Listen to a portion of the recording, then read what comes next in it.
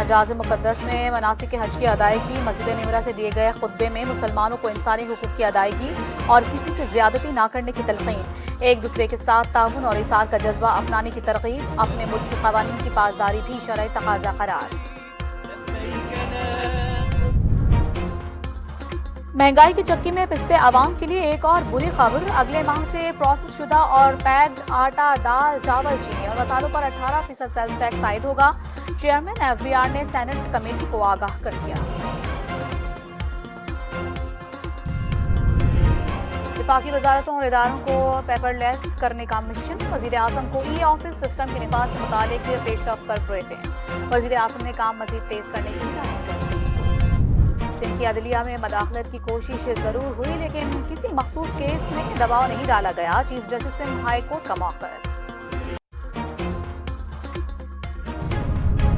Peoples party विफाक में लीगी इत्तेहादी नहीं। वजीर आजम ने वादे किए लेकिन पैसे नहीं दिए। विफाक सिंध को भी पाकिस्तान समझकर तरक्याती स्कीमें दे। वजीर आला मुराद अली शाह का मुतालिबा। पीपल्स पार्टी पंजाब हुकूमत का हिस्सा नहीं, लेकिन बजट में वोट जरूर देगी। स्पीकर मलिक अहमद खान पर उम्मीद। पीएसी चेयरमैनशिप व अपोजिशन लीडर देने की यकीन दहानी। आबा अजदाद ने पाकिस्तान बनाने का जुर्म किया था, लेकिन फिर भी इस मुल्क को चलाते रहेंगे। एमकेएम सरबराह खालिद मकबूल सिद्दीकी का हैदराबाद में खिताब। अटक जिला कचहरी में लेट फोर्स एहलकार ने फायरिंग करके 2 वकला को मौत के घाट उतार दिया। पुलिस ने मुलजिम को गिरफ्तार कर लिया। झेलम में जमीन के तनाजे पर 2 ग्रुपों के दरमियान गोलियां चल गई। अंधाधुंध फायरिंग, 3 जाने ले गई। मुलजिमान फरार।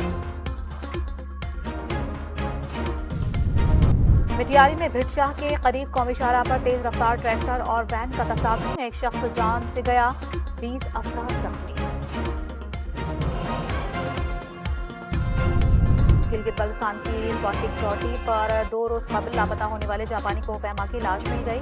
दूसरे सयाह की तलाश जारी।